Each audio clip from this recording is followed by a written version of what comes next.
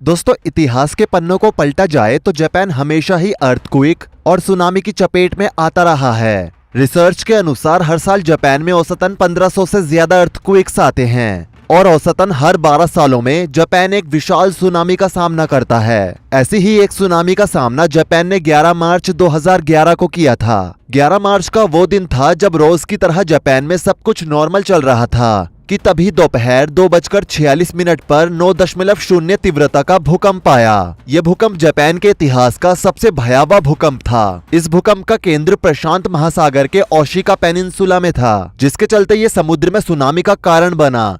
ये सुनामी की लहरें समुद्र में 40 मीटर ऊंचाई तक उठी, यानी कि लगभग 130 फीट तक। और ऐसा जापान में सिर्फ साल 2011 में ही नहीं हुआ था, बल्कि ऐसा वहां पर आए दिन होता रहता है। इतिहास उठाकर देखा जाए तो जापान कई बार खतरनाक अर्थक्वेक्स और सुनामी की चपेट में आता रहा है। वैसे तो अर्थक्वेक्स और सुनामी से बचना किसी के बस की बात ही नहीं है, पर दोस्तों जापान एक ऐसा देश है जो कि हर बला से निपटना जानता है। जापान अपनी टेक्नोलॉजी और मॉडर्न इंजीनियरिंग के दम पर दुनिया को अचंभे में डालता रहा है, और ऐसा ही कुछ जापान ने एक बार फिर किया है। दरअसल जापान अपने देश में सुनामी से बचने के लिए एक दीवार बना रहा है। अब आखिर ये दीवार कैसे और कितना जापान के इंफ्रास्ट्रक्चर और वहां के लोगों की जिंदगियों को बचा पाएगी, चलिए समझते हैं। दोस्तों, जापान एक ऐसा देश जो कि अपनी टेक्नोलॉजी के लिए पूरी दुनिया में जाना जाता है। जापान अपने automobile, infrastructure, modern innovations, natural wonders, art और कल्चर के लिए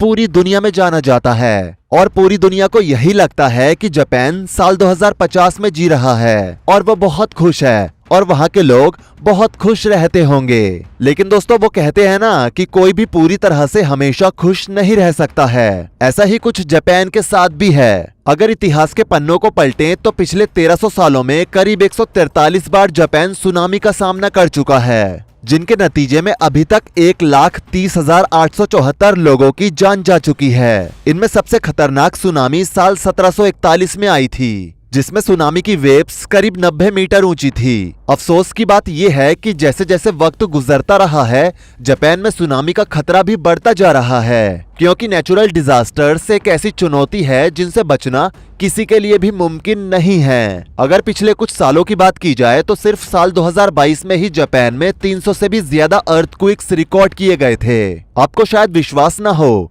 लेकिन जापान दुनिया का एकमात्र ऐसा देश है जहां पर एक एक दिन में 3 से 4 अर्थक्वेक्स भी रिकॉर्ड किए जा चुके हैं। ऐसा इसलिए क्योंकि जापान एक आइलैंड कंट्री है, जिसके चलते यहाँ पर अर्थक्वेक्स का आना एक कॉमन बात है, और इसलिए यहाँ बनने वाले स्काई स्क्राइपर्स को अर्थक्वेक्स प्रूफ बनाना कंपलसरी होता है। जापान साल 2000 से लेकर 2024 तक कुल 6 बार छोटी बड़ी सुनामी को झेल चुका है, जिनमें साल 2011 वाली सुनामी सबसे खतरनाक थी। 11 मार्च 2011 को ओशिका पेनिनसुला से 72 किलोमीटर ईस्ट में समुद्र के अंदर 9.1 मैग्नीट्यूड का अर्थक्वेक पूरे 6 मिनटों तक चलता रहा, जिसकी वजह से वहां की टेक्टोनिक प्लेट्स में हलचल होती रही और इसने एक मैसिव सुनामी को जन्म दिया। ये सुनामी जापान के इतिहास को पूरी तरह से बदल कर रखने वाली थी, क्योंकि यह दुनिया का चौथा सबसे बड़ा और जापान के इतिहास का अब तक का सबसे बड़ा अर्थक्वेक था। इसके नतीजे में जो सुनामी पैदा हुई उसने समंदर में 55 मीटर यानी कि 180 फीट ऊंची लहरें पैदा की।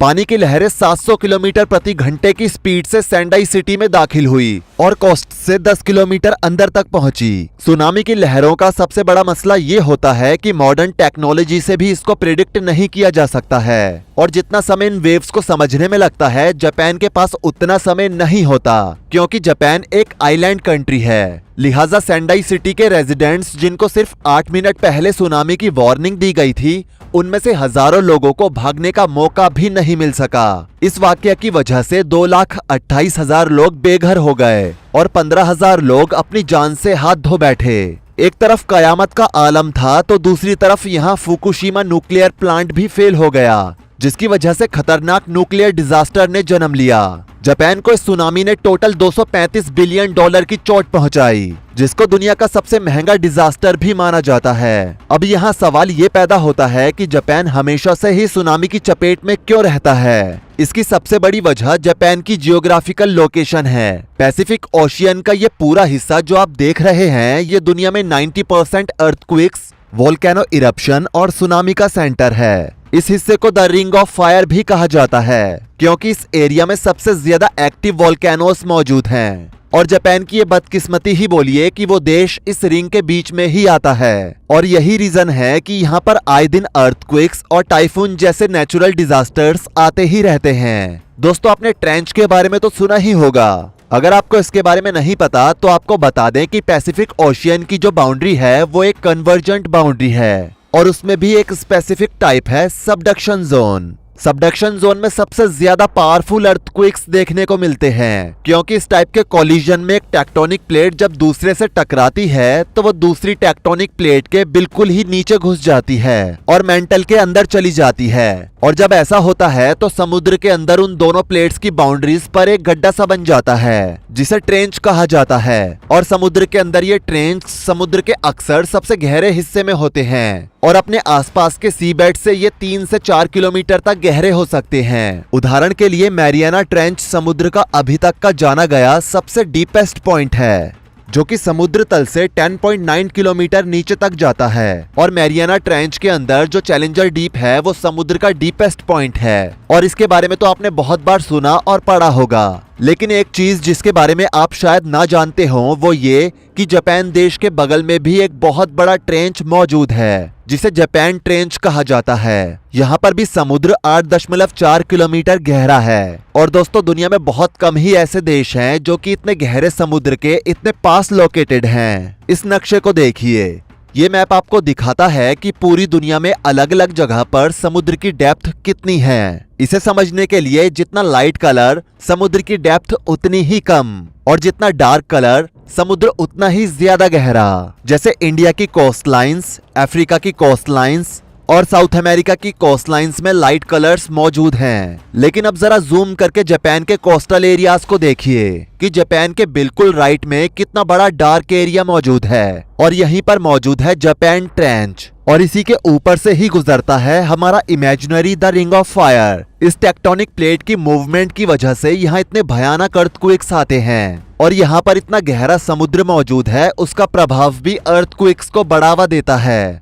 यहाँ पर वोल्केनोस की सबसे ज्यादा संख्या पाई जाती है और इसी की वजह से ही सुनामी अगर कहीं सबसे ज्यादा देखने को मिलती है तो वो जापान देश में देखने को मिलती है। जापान की कोस्ट लाइन इस ट्रेंच के बेहद करीब है। इसका मतलब सुनामी की लहरों को विनाश मचाने के लिए बहुत कम डिस्टेंस ट्रेवल करना पड़ता है और वार्निंग के लिए भी ज्यादा समय नहीं रहता। इसी रीजन की वजह से सुनामी से सबसे ज्यादा खतरा भी जापान को ही होता है। इनफैक्ट जो सुनामी शब्द है ये भी जापानीज भाषा में ही आया है। सुनामी शब्द बनता है सू और नामी से। सू का मतलब है हार्बर और नामी का मतलब है वेव्स, यानी कि हार्बर वेव्स। हार्बर का मतलब हिंदी में एक बंदरगाह होता है। अब क्योंकि इतिहास में जापान में ही इतनी सुनामी देखने को मिली और जापान की सुनामी की खबरें जब दुनिया भर में फैली तो ये सुनामी शब्द पॉपुलर हो गया और वहीं से ही इसे लोगों ने इस्तेमाल करना शुरू कर दिया।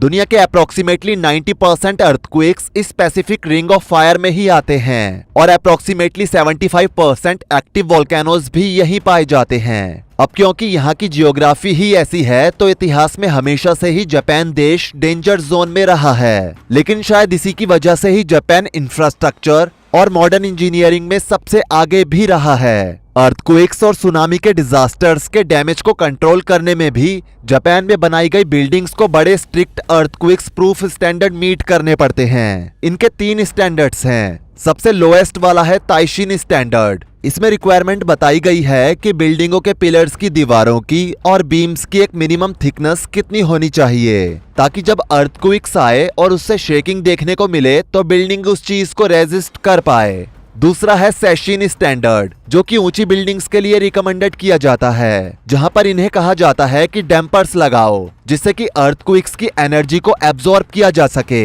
मतलब कि बिल्डिंग की जो फाउंडेशन खड़ी हुई है उसके नीचे बड़े बड़े मोटे मोटे रबर के मैट्स लगाओ। ये रबर के मैट्स अक्सर अर्थक्वेक की वाइब्रेशंस को बड़े अच्छे से एब्जॉर्ब कर लेते हैं। लेकिन इससे भी स्ट्रिक्ट एक तीसरा स्टैंडर्ड है जो सबसे एडवांस स्टैंडर्ड है और वो है मैनशिन स्टैंडर्ड। इसमें बिल्डिंग के पूरे स्ट्रक्चर को जमीन से आइसोलेट किया जाता है। इसमें लेड, स्टील और रबर की अलग अलग लेयर्स लगाई जाती है ताकि बिल्डिंग ग्राउंड के कंपैरिजन में बिल्कुल इंडिपेंडेंटली हिले, यानी कि ग्राउंड हिल रहा है तो बिल्डिंग स्टेबल रहे। टोक्यो शहर में स्काई ट्री नाम से मौजूद इस आइकॉनिक टावर में भी यही स्टैंडर्ड इस्तेमाल किया गया है और ये पूरे शहर की one of the most earthquake resistant building है। जब साल 2011 में जापान में 9.0 मैग्नीट्यूड का भयानक टोहोकू अर्थक्वेक आया था तो इस बिल्डिंग को एक खरोच तक नहीं आई थी।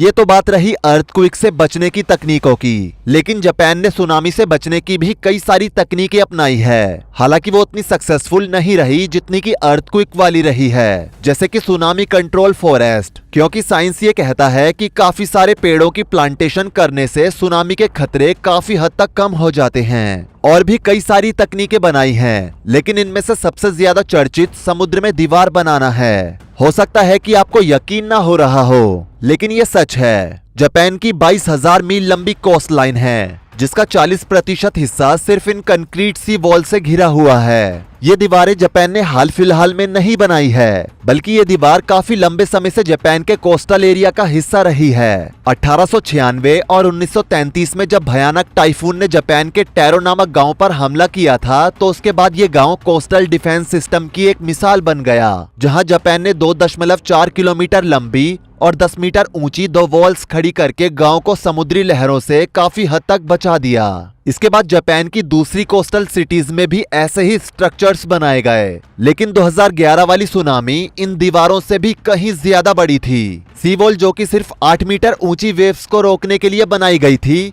लेकिन सुनामी की ये लहरें 12 से 15 मीटर तक ऊंची थी। इन 10 मीटर की दीवारों ने बेशक सुनामी की लहरों से होने वाले नुकसान को काफी हद तक कम किया, लेकिन ये पूरी तरह से काम नहीं कर पाई। लेकिन इन वॉल से जापान में होने वाला नुकसान बेहद कम हुआ था, फिर चाहे जान का हो या माल का। 2011 में आई सुनामी और अर्थक्वेक जापान के इतिहास का सबसे भयावह था, और इसी बात को ध्यान में रखते हुए जापान ने दोबारा से उन एरियाज में कोस्टल लाइंस को और ऊंचा करना शुरू किया जिस साइड का समुद्र गहरा था, जो कि अभी हमने आपको थोड़ी देर पहले बताया। इन सी वॉल्स को बनाने के लिए जापान ने उस समय $12.74 बिलियन खर्च किए थे, और इतना खर्च करके जापान ने सी वॉल्स को पहले से 5 मीटर और ऊंचा किया। जो वॉल्स पहले 10 मीटर ऊंची थी उन्हें अब 15 मीटर तक ऊंचा कर दिया गया, और इनकी फाउंडेशन को जमीन के नीचे 25 मीटर की गहराई तक रखा गया। इन वॉल्स की चौड़ाई भी पहले से काफी ज्यादा रखी गई, और इनका स्ट्रक्चर और डिजाइन खास तौर पर सुनामी वेव्स को रोकने के लिए बनाया गया। इस काम के लिए पहले सिमुलेटर की मदद से आर्टिफिशियल सुनामी पैदा की गई, जिससे इंजीनियर्स ने हर तरह के वेव पैटर्न पे वॉल्स को टेस्ट किया, और तब जाकर इस वॉल को कंप्लीट किया गया। दोस्तों, सच में जापान टेक्नोलॉजी के मामले में बहुत ज्यादा आगे चला गया है, और वो अपने जापान की सी वॉल्स को देखकर जान ही लिया होगा। वैसे दोस्तों, जापान की इस अनोखी इंजीनियरिंग के बारे में आपका क्या कहना है, नीचे कमेंट में जरूर बताएं। जाने से पहले वीडियो को लाइक करें, शेयर करें, और ऐसी ही और वीडियोस के लिए इस चैनल को सब्सक्राइब करके साथ में बेल नोटिफिकेशन को भी ऑल पर सेट कर लें। धन्यवाद।